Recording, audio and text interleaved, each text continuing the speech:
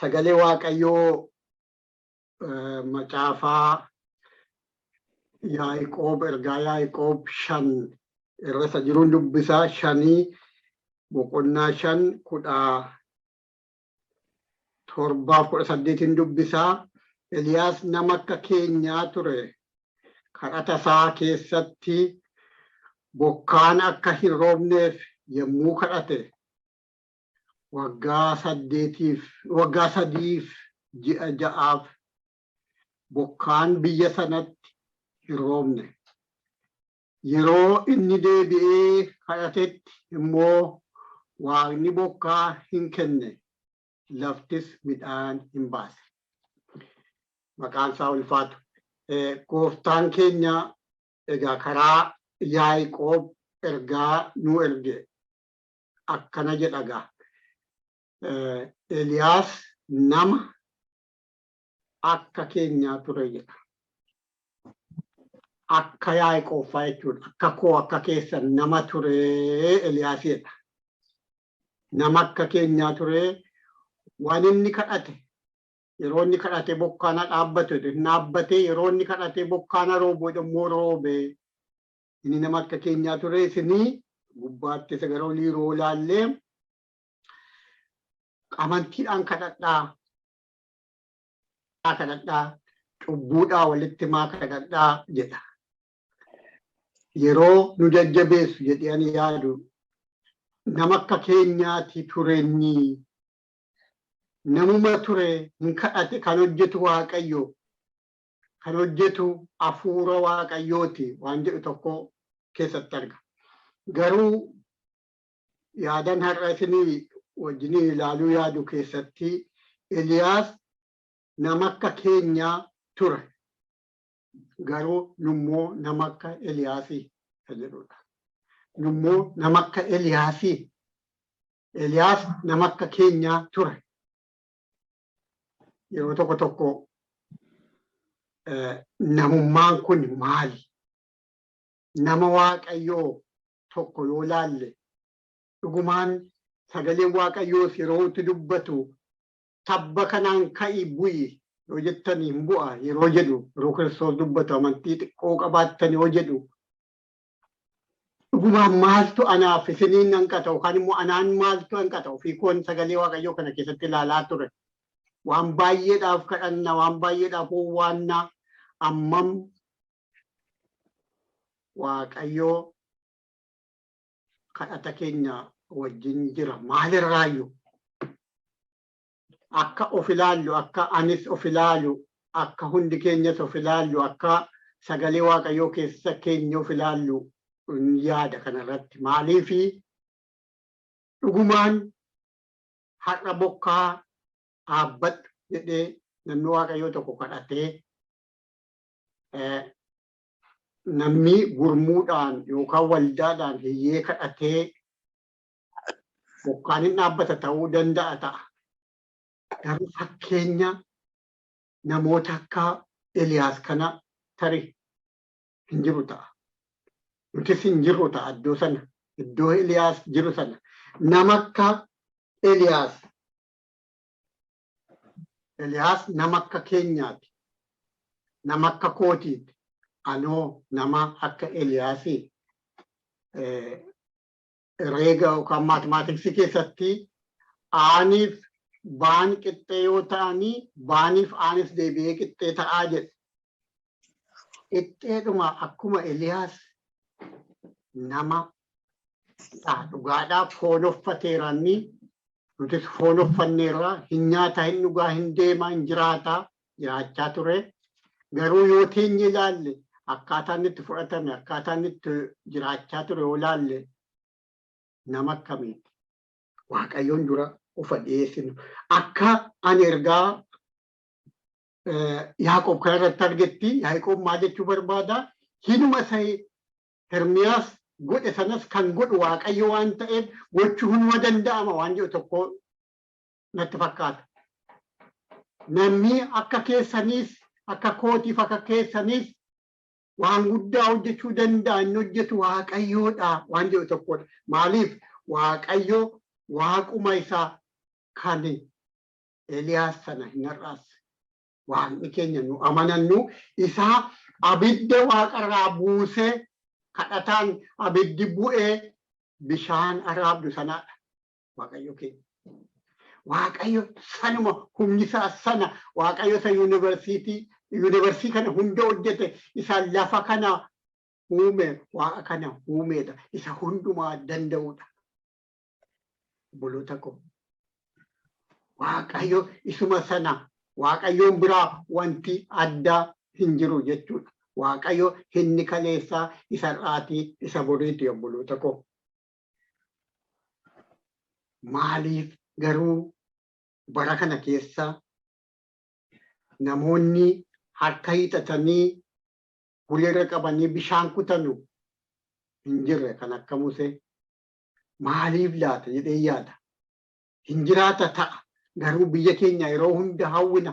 Ani nama akka Musee hundumti keenya yeroo kadhannu nama akka Musee nama akka Geediyoon akka ka'u hawwina.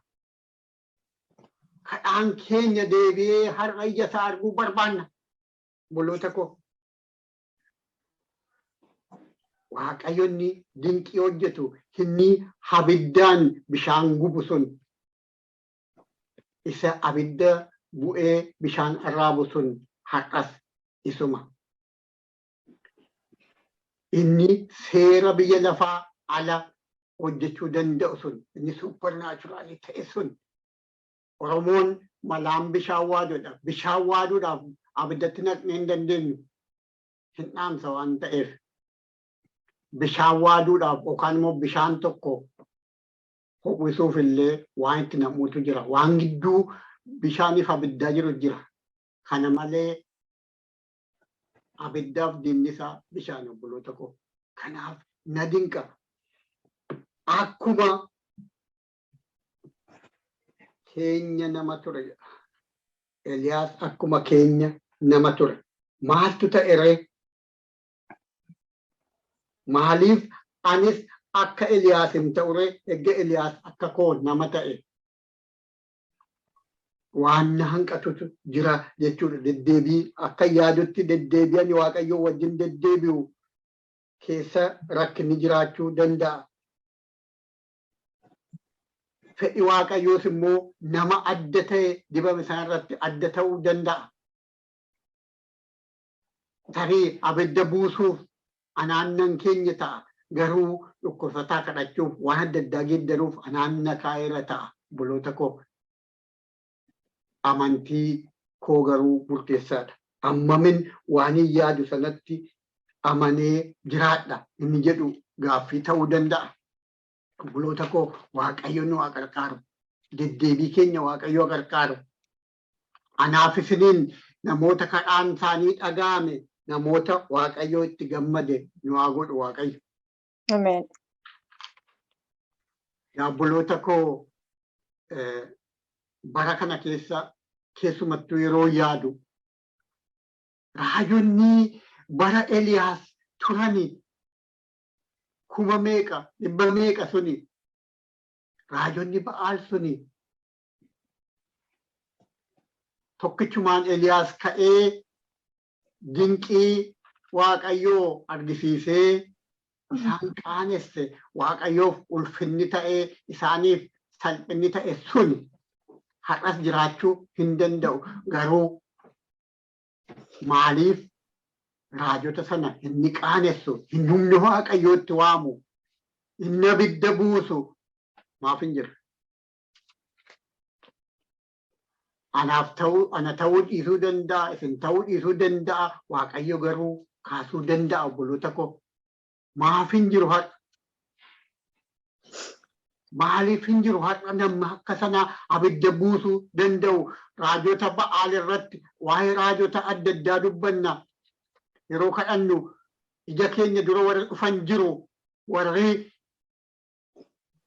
Ba'aaliin waaqeffatanu Ba'aal bara kana. Warri humna Ba'aal waamanu yeroo sana Eliyaas guyyaa guutuu hiyyanii waan tokko Ba'aal isaan dhaga'uu dadhabe. Maaliif iddoo sanatti miraakilii yookaan dinqii hojjechuu hin danda'u? Iddoo Eliyaas jirutti hiyyaa hoolanii. Iyyaa caalchisaati jedhanii ture. Itti baacaa turedha sagalee Waaqayyoo. Akka isaan hin jirre hin beeka. Akka isaan guyyaa sana qaanaanu hin beeka. Har'aoo aniif isin dhuguma nama akka Eliyaasii. Dhuguma raajota Ba'aal irratti humna qabnaa nuti. Dhuguma akkuma Eliyaas anis nama ture jedhee dubbachuu nan danda'a. Iyyee Eliyaas akka koo nama ture ta'a. Akkuma sagalee Waaqayyoo jedhu nama akka kootii nama akka keessanii ture. Garuu obboloota koo baay'ee Waaqayyoon waa gargaaru. Waaqayyoo namoota dhugumaan Kiristoosiif jiraatanii Kiristoosis wajjin jiraate nu haa godhu. Nu haa ijaaru, nu haa geeddaru. Waan nu hanqate jira ta'e yaada. Waan nu hanqate jira yoo ta'e malee har'a kadhaan hin dhaga'amu jechuu miti. Kadhaan hin dhaga'ama. Waaqayyo sin hojjeta nama isaa wajjin. Nagaa gooftaan. Alleluuyaa ameen. Alleluuyaa ameen. Kadhaan hin dhaga'amu. Dhugaadha. Hin kadhannaa. Iyyinaa garuu ammas nama akka Eliyaas Waaqayyo nu haa godhu. Isa kanarratti gooftaan nu haa gargaaru. Namoota abidda Waaqayyootiin hojjetanu nu haa godhu. Warri humna diinaan hojjetanu abidda buusuu danda'u ta'a. Fakkeessuu danda'u ta'a. Diinni fakkeessuu danda'a ta'a. Kan Waaqayyoon dura dhaabbatu illee tasan jiru. Bara Musee isaanis fuudhanii ulee isaanii bofatti geeddaran. Uleen Musee garuu hin liqimsite. Isaanis miraakilii hojjechuu dadhabu jechuu miti humna diinaatiin garuu humna Waaqayyoo dura dhaabbatan. Maqaan isaa kan ulfaate ta'u. Halleluuyaa. Yeroo dinqii hojjetee isaan qaanessu akkas godhe suma sila dubbadheen irra deebi'a.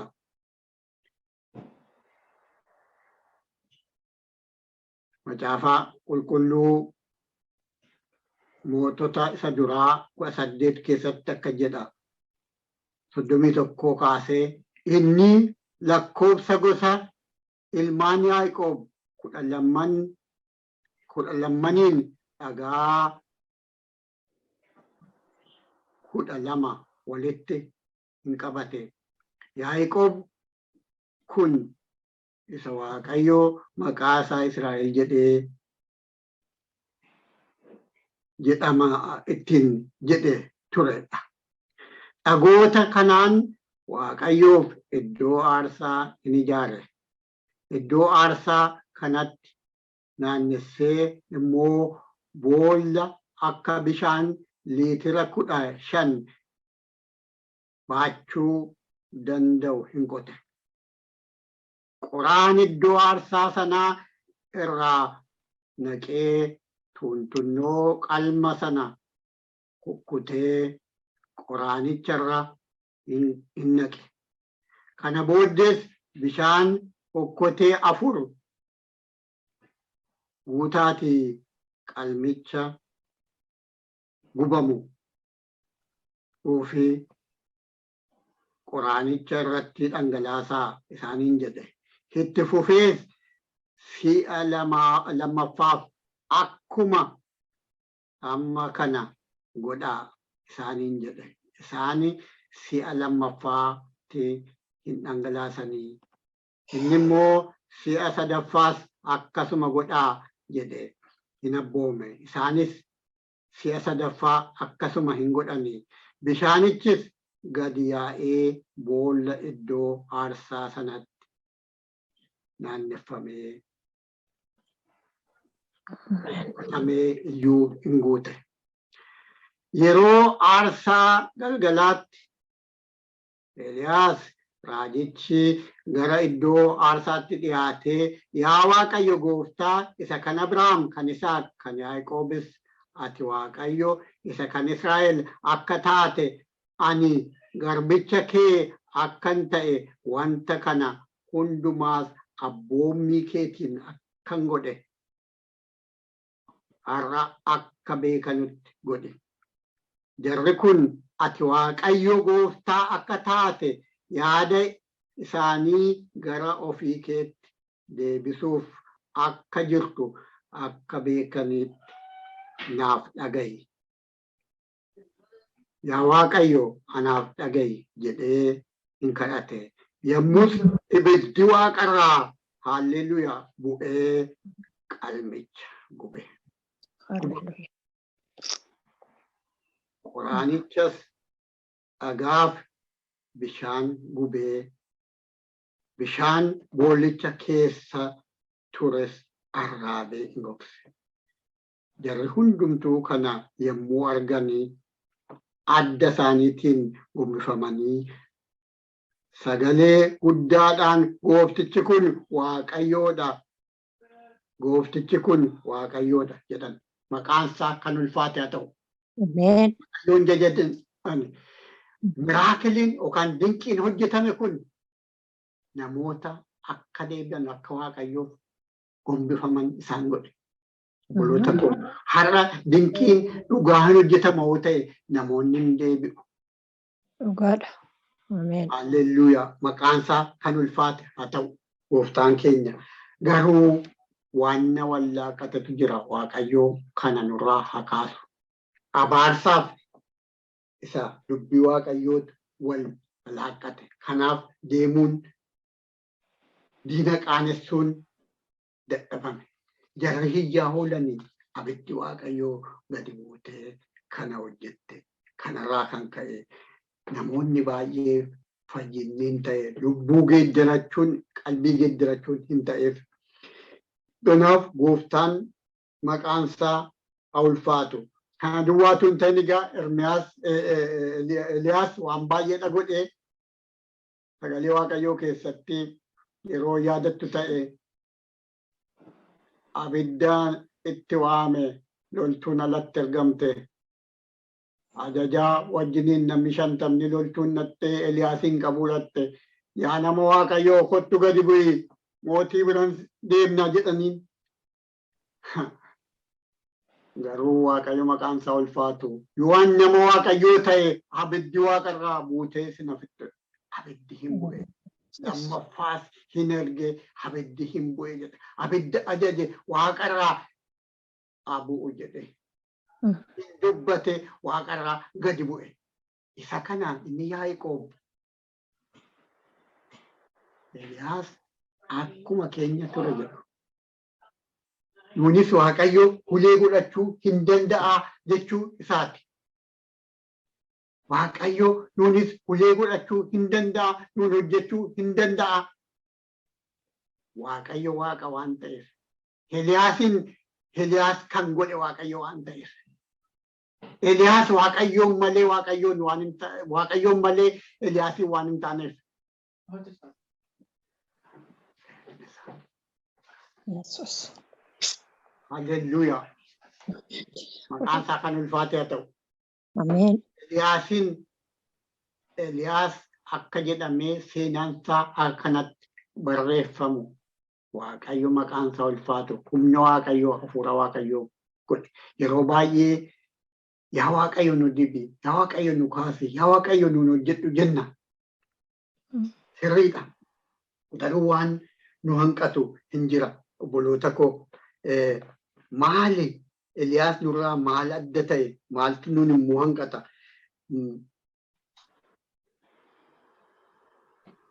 Macaafaa Ibrootaa 11 waa'ee amantii dubbata obboloota koo. Waa'ee amantii 11 iddoo beekamaa waa'ee amantii baay'ee dubbata. Waan hin arganne, waan hin argamne, waan hin mul'anne arguudhaa jedha. Eliyaas waan hin argamne arguusaa, waan hin mul'anne akka jirutti arguusaa kan arginu yeroo inni odoo hurriin argin, odoo duumessan argin, yandootu rooba jedhee Akaabitti dubbateera. Sanna dinqaan. Yandootu rooba jedhaan. Akaab garuu waggaa meeqa bokkaan ijaaruu bin turee fi tarii namichi kun maal ta'e jechuun isaa nafu ta'a. Garuu humna Waaqayyoo ittiin hojjete ija argee fi waan Eliyaas jedhe fudhate. Macaafa Ibrootaa 11 lakkoofsa 6 jalqabeenniiru akka jedha. Amantii malee immoo Waaqayyoon gammachiisuun hin danda'amu. Eenyullee Waaqayyootti dhiyaachuu yoo barbaade inni akka jiru. Warra isa barbaadaniifis gatii isaanii akka kennuuf amanuun isarra jira. Nohi amantiidhaan isa Waaqayyo waa'ee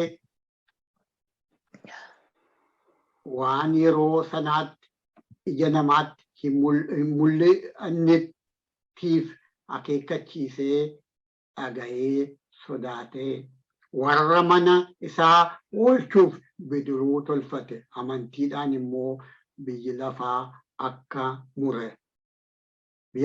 akka mure qajeelina amantiidhaan argamus qabeenya isaa hin godhate. Maqaan isaa ulfaatu. Amantiin Nohi yeroo inni markaba sana ijaaru namoonni itti qoosaa turan, dhugaa turan, sirbaa turan.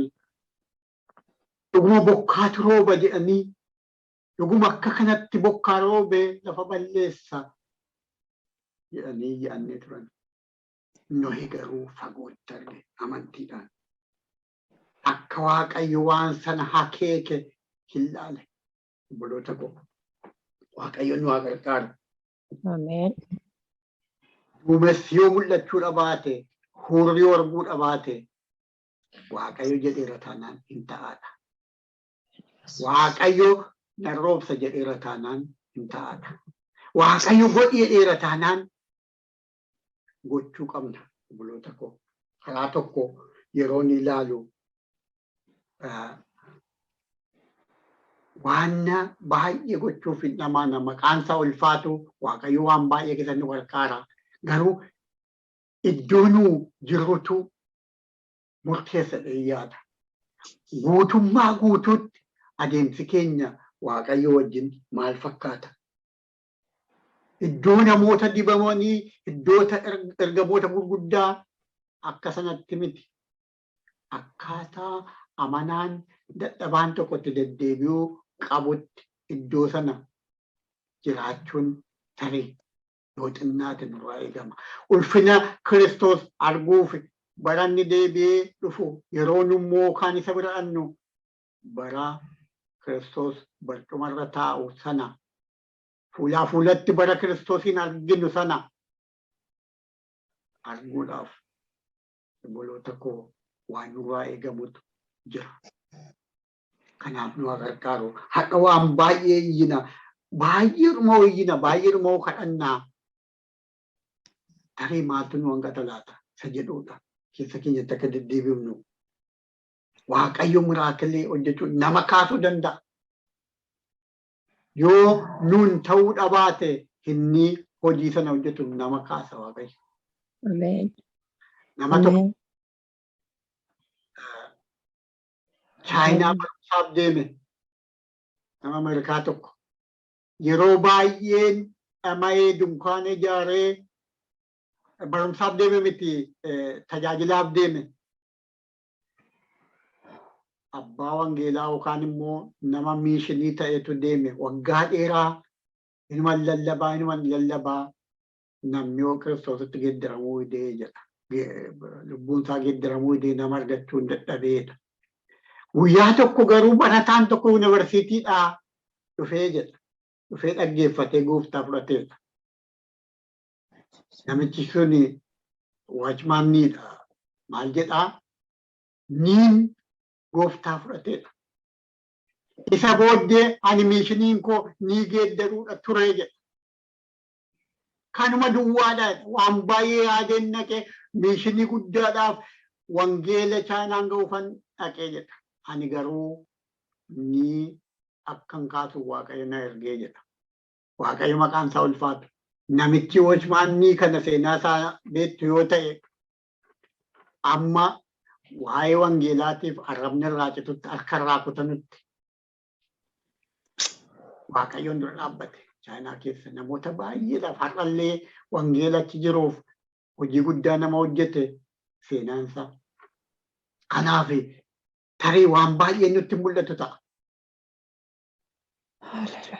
Namoota muraasa taanii ala wal geenyu kana waan guddaan hin jiru ta'a. Namoonni dhufanii nu ilaalanu isin muraasa jedhu ta'a. Waaqayyo garuu maaltu beeka? Waan hojjechuuf akka kanatti nu jiraachisu obboloota koo. Ajabaan nu kadhannu yeroo baay'ee maaltu nama dadhabsiisadee ani ofii kooti yeroo yaadu ija dabni arguu barbaanna ta'a. Waaqayyo garuu miila lamaan akkan dhaabbadhu akkan isaaf jiraadhudha inni barbaadu. Namoonni tajaajilaaf baay'ee tajaajilaa ta'u baay'ee dhama'u ta'a. Abalu tajaajilaa jechuu barbaadu ta'a. Kiristoos biratti garuu anaaf jiraatta moo anaaf hin jiraattu? Isan xinnoo sitti kenne akkamitti qabdee jirtaadha obboloota koo. Waaqayyo nu gargaaru. Waaqayyo namoota dhaabbatanii dhugumaan dubbii Waaqayyoo eeggatanii sodaan Waaqayyoon duratti deebi'an nu haa godhu. Ameen. Sagalee Waaqayyoo iddoo yaada isaallee dubbadheera siniin dubbisa isaa boqonnaa macaafa mootota isa jalqabaa boqonnaa 18 keessa jiru 41 kaaseessa jiru. Kana booddee Eliyaas sagalee bokkaa yandoo waan dhaga'amuuf amma ol ba'i nyaadhu dhugi jedhee Ahaabitti hin dubbate. Ahaab nyaachuuf dhuguudhaaf ol hin ba'e. Eliyaas garuu gubbee tulluu Qarmeeliyoos irratti ol ba'ee mataasaa amma jilba isaa biraan ga'utti gadi gombisamee kadhate. Haalleluuyaa. Akkamitti kadhate Eliyaas gadi gombifame. Namicha san nyaataaf dhugaatiif jireenyi isaaf ta'een achi deemeti nyaata kee nyaadhu dhugaatii kee dhugeedheen ofii isaatii Waaqayyoon jalatti amma mataansaa jilba isaa ga'utti gombifamedha. Kadhata isa callumadhanii kadhatan miti jechuudha. Hin gombifame Waaqayyoon duratti. Gadi of gombisee hin kadhate. Inni kun ammam namni hambilee ta'e Waaqayyoon dura akka dhiyaatudha. Eliyaas raajichi guddaan suni Waaqayyo Waaqa Eliyaasiin kaase ta'uusaa Waaqayyoon malees homtuu hojjetamuu kan dandeenye argisiisa kun. Akkamitti akka Eliyaas Waaqayyoon dura dhiyaate nutis akkamitti dhiyaanna laata? Akkamitti Waaqayyoon duratti kadhaadhaan dhiyaanna laata? Eliyaas hin gombifame kadhate obboloota koo. Na dinqa kun. Namichaan garuu sagalee bokkaa yandoo waan dhaga'amuuf amma ol ba'i nyaadhu dhugi jedhe. Sagalee yandoo hin dhaga'ama jedhe. Garuu Waaqayyo akka isaaf deebisuuf akka inni jedhe kun inni Waaqayyotti dubbate ta'uuf immoo inni gombifameetti Waaqayyoon duratti kadhata. Isa booddee waan na dinqu tokko baay'ee waan na dinqee isa inni itti fufee jedhudha. Hojjetaa isaatiin immoo dhaqii qixa galaanichaatti ilaali jedhe. Kanarratti inni dhaqee ilaale. Achi homtuu hin jiru jedheen. Naman sodaachisu Ahaabiin deemi jedheera. Yandootu dhaga'ama jedheera. Namicha boolgee dhaqi ilaaleedhaan. Eliyaas si'a 7 deddeebii dhaqi ilaale ittiin jedhe. Maal ilaala? Qixa galaanichaatiin bokkaan hin dhufa moo hin dhufu? Huriin hin mul'ata moo hin mul'atu? Nadhi bana baay'ee. Namichaan amantiidhaan deemi yandoon hin dhaga'amaa jedhe. Yandoo dhaga'eera akka inni dhufu beeka Waaqayyotti dubbateera. Namicha sofaraa geggeesseera. Silaa kan isaa isuma kana waan ta'eef fakkaata. Namicha deemee dheeraan. Ofii isaatii garuu Waaqayyoon dura gubbifamee jira. Hojjetaa isaatiin garuu dhaqii ilaaleedha. Gombifamee Waaqayyotti hiyyaa jira. Hinnati naan jette akkani yaadutti hinnati naan jette suni akkamii dhufaa jira isa jedhu fakkaata. Garuu dhibbaa dhibbatti Waaqayyo irraa fudhatee Waaqayyoon dura gombifamee akka jiru ergaa Waaqayyo isatti kenne nama arge. Dhoksaa Waaqayyotti dubbate nama arguudha. Maaliif duraan dubbateera gaafanii amma gaafan deebi'ee dubbadhutti bokkaan roobu jedheera. Amma immoo bokkaan waan roobuuf Waaqayyotti mul'adhu jennaan akka mul'ate hin beeka. Garuu ammayyuu amma ta'e waan tarii ilaaluu barbaade qaba ta'a. Si'a 7 kun ana yeroo yaadu ammam obsaan ammas hin deebi'a. Ammas hin jiru lammatas sadaffaas hin deebi'a. Si'i 7 sagalee Waaqayyoo keessatti waan argisiisu qaba. Si'a 7 deddeebii ammas hinuma kadhata ammas ittuma fufaa. Amma deebii isaa sana argutti itti fufuun nuu kennameera. Nuufis kanaaf fakkeenya akka nuu ta'uuf yeroo 7 deddeebisee jedha. Tarii ta'eeraa hin taane hojjetaan isaa si'a 7ffaa isaatti kunoo duumessi xinnoon amma harka namaa ga'u tokko galaanicharraa ol ka'ee jira jedhe. Amma waa jira. Milikinni fayyinaa, milikinni bokkaa sun mul'ateera. Milikinni Waaqayyo nu yaadatu inni waa'ee cubbuu keenyaaf bokkaan akka gogu godhe suni amma waa tokko nutti argiseera. Fiinxee wayii mul'atteetti waan jiru tokko fakkaata. Amma harka namaa, amma baruu namaa waan geessu. Duumessa xinnootu harka namaa ga'u tokkotu mul'atteetti. Kana ergaan dhufee hojjetaan isaa Ermiyaasitti dubbatu. Obboloota koo. Amma akka jedhaga dhaqii Ahaabiin konkolaataa kee kaafachuu utuu bokkaan ittisin gadi ba'i jedhe. Amma ga'eera yeroonsaa. Yandoon sun dhufaa jira. Obboloota koo Waaqayyoo yandoonuu roobsanus akka iyyinetti hin hafnu, akka mataa gadi qabannee gombifamnee Waaqayyoon dura dhiyaannuttis hin hafnu. Yandoon rooba obboloota koo. Kanaan ol jajjabeessinu, kanaan kadhata keenyatti jabaannu, Waaqayyo akkaataa fedha isaatti Waaqayyoon dura dhiyaachuu, akkaataa jaalala isaatti Waaqayyoon dura jiraachuus Waaqayyo nu gargaaru. Yeroo hunda baranna Waaqayyoon duratti dhiyaachuu yeroo hundatti wal jajjabeessina amma biyya lafaarraa deemnutti. Akkaataatti Kiristoosiin approachii goonu akkaataatti Kiristoos dura dhiyaannu yeroo hunda maqaan isaa ulfaatu dadhabbii keenya keessaa waaqayyotti dhiyaachaadha adeemna. Amantiidhaan guddachaadha adeemna. Amantii amma sinaaf yeroo Kiristoos jedhu na dinqa. Xinnoon illee hin jirtu jechuudha. Akkuma amma duumessa amma xinnoo kana jechuudha.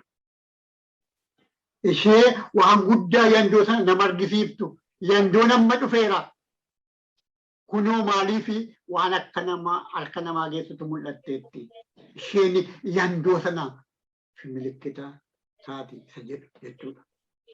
Maqaan isaa haa ulfaatu.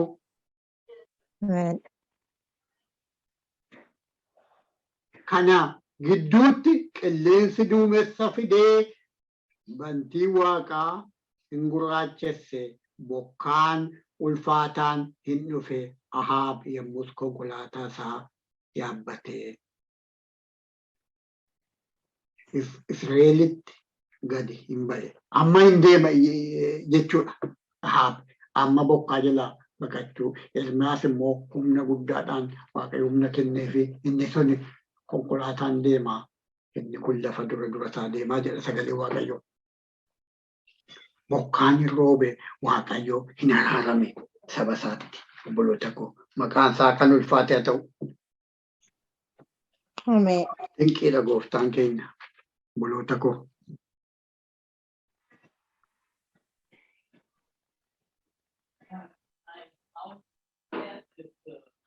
Waaqayyoo waaqa kaleessa ture har'a jiru bori jiraatu humni isaas sanuma kan ta'edha. Waaqayyoo waaqa Eliyaas waaqni koof waaqni keessan irra deddeebi'uun jedhe waan nama nuffisiisu miti. Waaqayyo sana amanna. Isa humna qabeessa sana isa abiddaan deebisu kadhata nama. Isa abiddaan kadhata qulqullootaa deebisu sana amanna. Kanaaf waan nu rakkisu waan nu yaaddessu hin jiru yoo ta'u tokko kadhaan keenyan deebi'u waan baay'ee nu yaaddessa. Garuu ani hammallee borullee waaqayyo keenya sanuma erga ta'e bara qaba waaqayyo. Waggaa 3 walakkaa booddee erga adabame booddee sabni suni bokkaa argate. Garuu asirratti waan ani xinnoo ammas jabeessee dubbachuu barbaadu. Eliyaas nama akka keenyaa ture nummoo nama akka Eliyaasii. Ammayyuu nuti nama akka Eliyaasii. Ameen. Waaqayyo nu haa gargaaru obboloota koo. Eliyaas nama akkamii ture? Eliyaas ka'ii dhokadhu yeroo waaqayyo jedhu hin dhokate. Eliyaas yeroo waaqayyo ba'i jedhu hin ba'e. Nama waaqayyo ajajamu. Eliyaas nama dhaqee bishaan bira taa'i. Muka jala taa'i. Achitti quroon si nyaachifti. Bishaan lagaa dhugdaa yeroo jedhanu nama bishaan sana dhuguufi quroortaa allaatti hirkaa nyaachuu waaqayyotu jedhee filate ta'e. Aniif isinoo har'aa allaatti wayitu si nyaachisaa ka'iiti iddoo sana dhaqee hojjenne hin nannaa. Ka'ii deemii hojjenne hin deemnaa. Bayiitii jaartii tokkotu si nyaachifti jaartee jajeeraa achi deemii yoo hin nannaa. Isa dubbiin Eliyaas akka keenyaa haa ta'u malee nuti nama akka Eliyaasii. Deddeebiin keenya maal fakkaata? Waaqayyoo ka'ii deemii yoo jedhu hin deemna. Waaqayyoof jennee daggala keessa kophaa keenya bullaa. Gogaa uffannaa obboloota koo. Eliyaas gogaa uffataa teepha hidhachaa jiraate jedha sagalee waaqayyoo. Nama akkanaatiidha. Nuti nama akkanaatii. Yoo tajaajillu karabaata hidhannee yoo ta'e malee namoota naannoo keenya jiranu baadiyyaa keessa deemnu namoota sana fakkaannaa laata. nutis nama akka Eliyaasii obboloota koo isa kana ofa qoroo Waaqayyo nu gargaaru.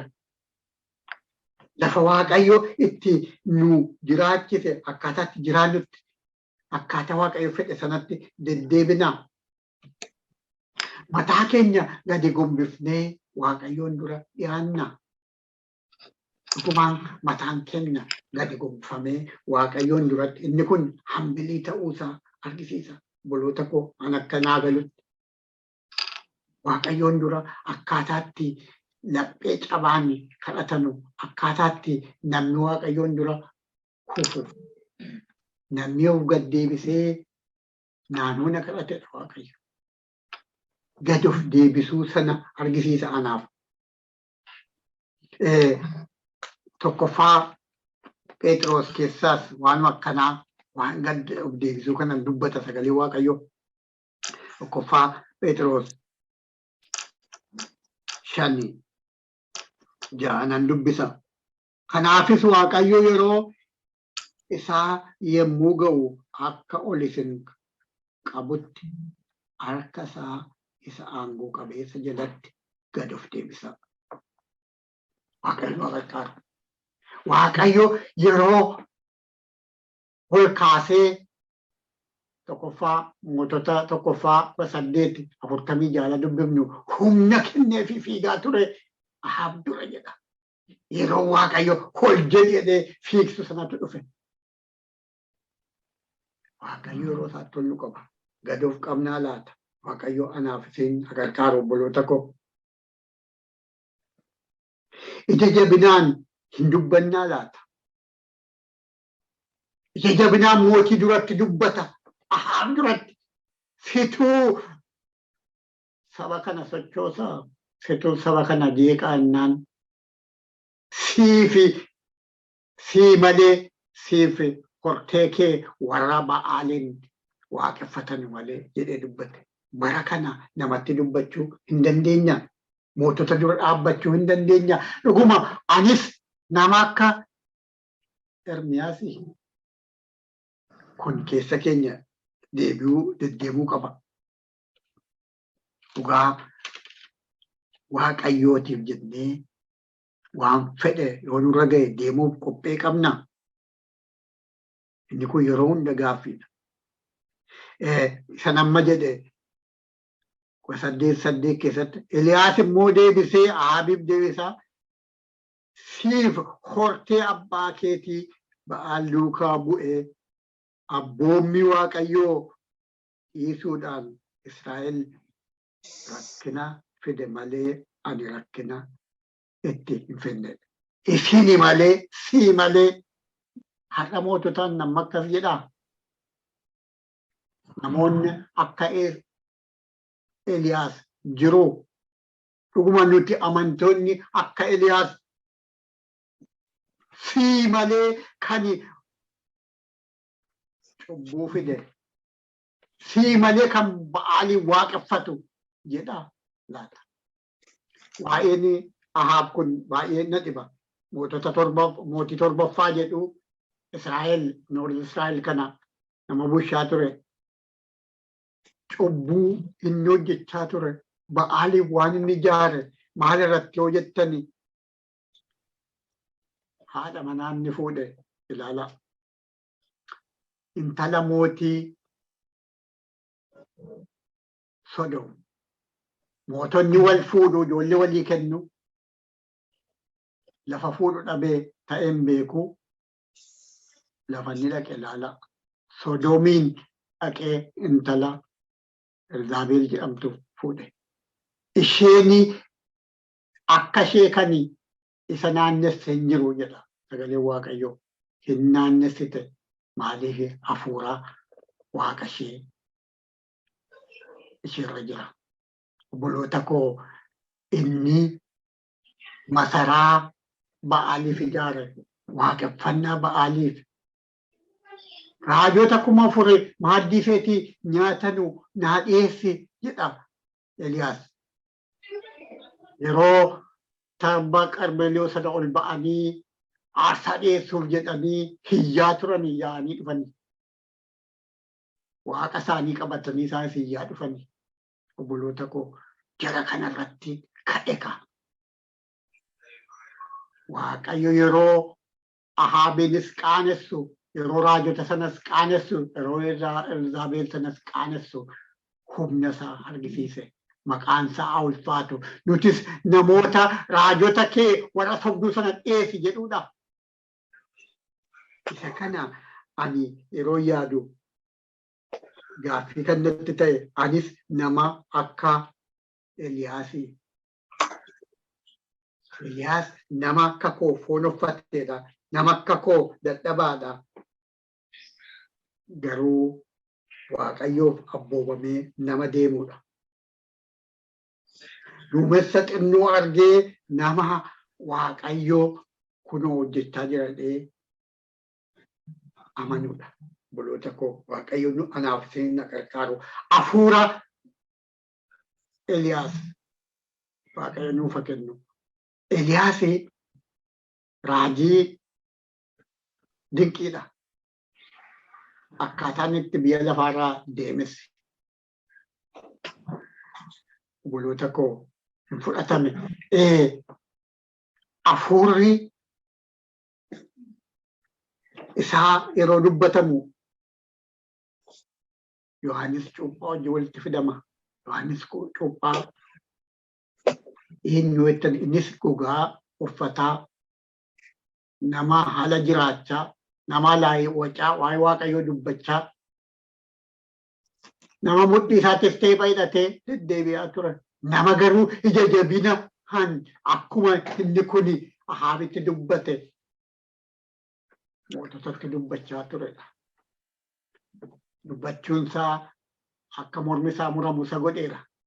Garuu dubbiin isaa akkanitti darbamete. Inni Waaqayyoof jiraate darbuu isaatti. Inni isa filame ta'uusaa sana isa Waaqayyoo karaa akka qopheessu godhe sana hojjetee darbe. Elsaayi hafuura gooftaa isaa argachuu barbaade. Duukaa bu'e. Lafa dhaqe duukaa bu'e. Eliyaas tarii calluma biraa deemuu barbaadee ture fakkaata. Garuu cichee barbaade. Namoota cichee barbaadnu Waaqayyo nu haa godhu. Namoota hafuura Waaqayyoo cichee barbaadu Waaqayyo nu haa godhu obboloota koo. Ameen. Halleluuyaa. Namoota jiraatanii darban nu haa godhu Waaqayyo obboloota koo. Yerooni namoota Waaqayyoo ilaalu waan baay'ee waan ofii keenya of ceephaasifnu jira. Eessa jira nuti? Miila tokkoon iddoo tokko tarii dhaabbannee miila tokkoon iddoo tokko immoo jiraachuu dandeenya ta'a. Waaqayyoo nama addatti filate hin qabaata. Nama addatti dibe hin qabaata. Ani kan irraa dubbadhu namoota Waaqayyoo obboloota Waaqayyoof jiraatanii darbinedha. Namoota dhuguma sodaa Waaqayyoon dura gombifamnudha. Tarii kadhata sana arguu dhiisuu malla. Tarii Waaqayyoo akka ittiin hojjetamnuuf waan nu kadhannu sona qopheesse ta'a. Rakkina qopheesse ta'a. Akka ittiin nuti hojjetamnuuf, akka ittiin qoramnee qaramnee baanuuf ta'uu danda'a ta'a. Beeku waan baay'een waan jireenya kiristaanaa qoruudha obboloota koo. Haa ta'uyyuu malee waan ijaan hin argine sana akka arginatti Waaqayyoon dura dhaabbannee darbuu qabna. Isa fagoo sana ilaallee, isa har'a nutti mul'anne sana, ijaan isa mul'anne sana, isa guddaa sana ilaallee deddeebi'uu Waaqayyo nu haa gargaaru. Deddeebii keenya Waaqayyo nuuf haa tolchu. Tokkoffaa Phexros 1:8 akkas jedha. Isin isa mul'achuuf jiru sana hin argine yoo ta'e iyyuu isa hin jaallattu. Ammayyuu isa arguu baattan iyyuu isa hin amantu. Akkasumas gammachuu akkas jedhamee hin dubbatamne gammachuu ulfina guddaa qabeessa hin gammaddu. Isa dhufuuf jiru sana, isan argine sana, isa sin gammachiisa. Isa ilaalaa deebi'aa, deddeebi'aa. Isatti hin gammanne obboloota koo. Isa dhufuuf jiru namni hin argine, biyyi lafaa hin argine sun hin argine nuti amantiidhaan. Isa bor ta'uuf jiru, isa mul'achuuf jiru sana. Inni mul'achuuf jiru sun maali? Isa Waaqayyo nu qopheesse sana. Gooftaa keenya isa deebi'ee dhufu sana obboloota koo. Isaaf tarii wanti baay'een nutti dhufa ta'a. Waaqayyo nu haa gargaaru. Namoota isaan argamne arganii jiraatan dubbiin hafuuraa isa jaan mul'atu miti. Yeroo baay'ee rakkinni keenya kana. Waaqayyo nu haa gargaaru. Waaqayyo anaaf isin na gargaaru. Cubbuun keenya bantii Waaqaa hin cufa. Waaqayyo garuu yoo isa dura deddeebinee kadhanne Waaqa nu dhaga'uudha. Ameen. Waaqayyo maqaan isaa ulfaatu waan baay'ee nama laftiin gogaa. Biyyi midhaan hin baasu. Midhaan akka durii miti. Lafti akka durii miti. Bishaan akka durii miti. Waan baay'ee waan biyya keenya yeroo ilaallu waan nu yaaddessutu jira. Garuu Waaqayyoo caalaa jaallannaa nutti taata. Waaqayyootu nu arga. Waaqayyoo hin beeka. Obboloota koo aniif isin kana keessatti hin hojjetamnaa laata? Aniif isin kana keessatti deddeebiin keenya hin tolaa laata? Waaqayyo nu argisiisa. Waaqayyo raajii akka Eliyaasis Waaqa nuu kaasuu danda'udha.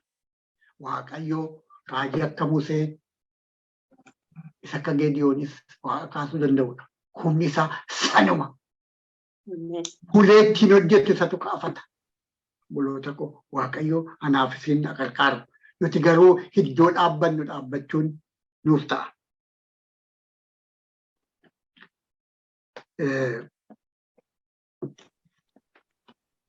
Mootota 1:8 irra isa jiru sagalee Waaqayyoon dubbisa.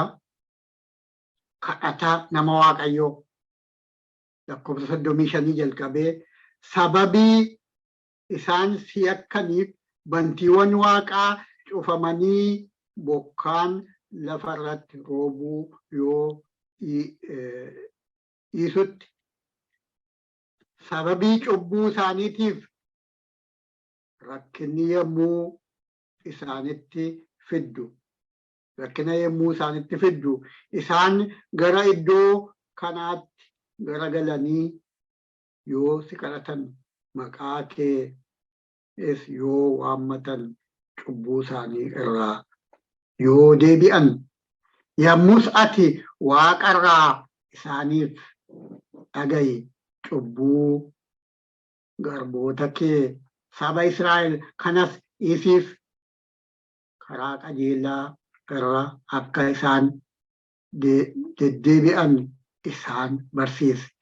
Biyya isaa saba keetiif dhuunfaa gootee kennite irratti bokkaa roobsi. Kana Salamoon fudhate yeroo mana sagadaa sanaaf Waaqayyootti yoo deebi'anii yoo si kadhatanii bokkaa roobsi. Cubbuu isaaniif jedhamee yoo waanni bantiin Waaqaa cufameera ta'e yoo cufama. Bantii Waaqaa cubbuun keenya hin cufa jechuudha. Bantii Waaqaa cubbuun keenya hin cufa. Rakkinni cubbuu keenyaan dhufuu hin mala. Waaqayyo yeroo baay'ee saba Israa'el waan adabuuf waan godhuuf baay'ee isaa olaaltanii irraa deebi'u Waaqayyo irraa. Waaqa biraa tolfamaatti deebi'u. Deddeebii hin taanetti deebi'u. Yoo tokko obboloota koo karaan nu deemnu keessumattuu namni Waaqayyoon akka saba Israa'el Waaqayyoon waamamne eessa jira sabni Waaqayyoo? Abaarsa akkan gargaaru. Namoota garaa qulqulluun Waaqayyoon dura deddeebi'anu Waaqayyoon godhu. Waaqayyoon namoota isa dhugaa kadhatanu, isa dhugaa deddeebi'anu, namoota akka Eliyaas. Eliyaas akkuma keessan nama ture. Akka Eliyaas Waaqayyoo namoota Waaqayyoo wajjin deddeebi'anu. Baay'ee deemee yoo jedhan namoota deemanu guyyaa 40 halkan 40 deeme jedha. Ka'ii deemee yeroo jedhamu. Nyaata nyaanneen dhunne isa dur nyaateen dhugeen deeme. Hin deemee jedha. Amma tulluu Waaqayyoo amma dhaqee Waaqayyootti dubbatutti iddootti Waaqayyoo isa barbaade sana ga'utti hin deemee jedha. Dhumarratti iddoo tokko isinii dubbiseen kanarratti dhaaba. Sagalee nama jajjabeessu tokko ani baay'eettiin yeroon baay'ee yaadu Waaqayyoon duratti Waaqayyoo Waaqa uumaa waan hin jirrerraa waan jiru nu gochuu danda'u ta'uusaa kan mul'isu. Maqaan gooftaa keenyaa kan ulfaate haa ta'u waraama warabaraatti buloota koo Waaqayyo Waaqa isa amanamaa yookaan jiraannu sana yookaan deddeebinu sana inni Waaqaa uumaarraa waa gochuu danda'u sanaadha. Mootota lammaffaa sadiirra isa jiru. Elsaa immoo Waaqayyo dachaa kana keessaa boolla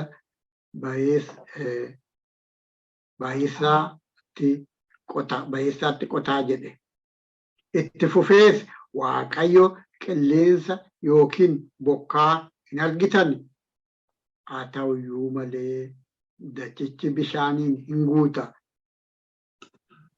Isin ofii keessanii fi saawwan keessanii horiin keessan warri kaanis bishaan dhugaatii hin argatu jedhe. Kun Waaqayyoo salphaadha. Kun Waaqayyoo salphaadha. Inni Mo'aabotas immoo harka keessan keessa hin buusa. Isin mandara masaraan ittiin ijaaramee fi mandara gaggaarii hundumaa hin qabaattu. Mukeettii gaggaarii ija godhatan hundumaa gadi hin cirtu. Burqituuwwan hundumaa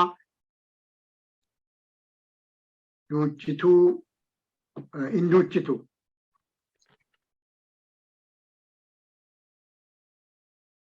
Maasii gaggaarii hundumaa irratti dhagaa hin tuultu jedhe. Borumtaa isaa ganama yeroo aarsaan dhiyeeffamutti bishaan karaa garaa Edoomii yaa'ee hin dhufa.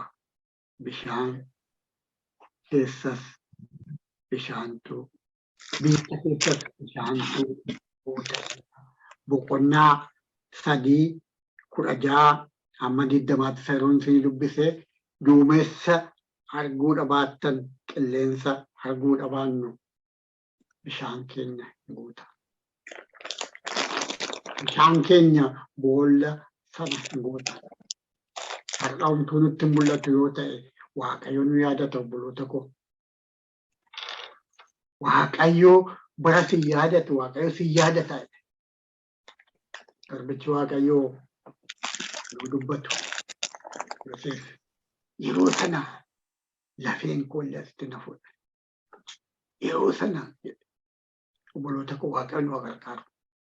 Waaqayyo isaaf jiraannee akka darbinu kadhata dhugaa namoota kadhatanu namoota waaqayyoof abboomanii deemanu namoota gad of qabanu nu haa godhu nu haa gargaaru kadhata namoonni gurguddoonni waaqayyoo kadhatanii akka kadhanni keenya jireenyi keenya fakkaatu waaqayyoo nu haa gargaaru. Ameen. Ameen. Kan ulfaate ta'u. Ameen. Ameen. Ameen. Waaqayyo si haa eebbisu. Gooftaan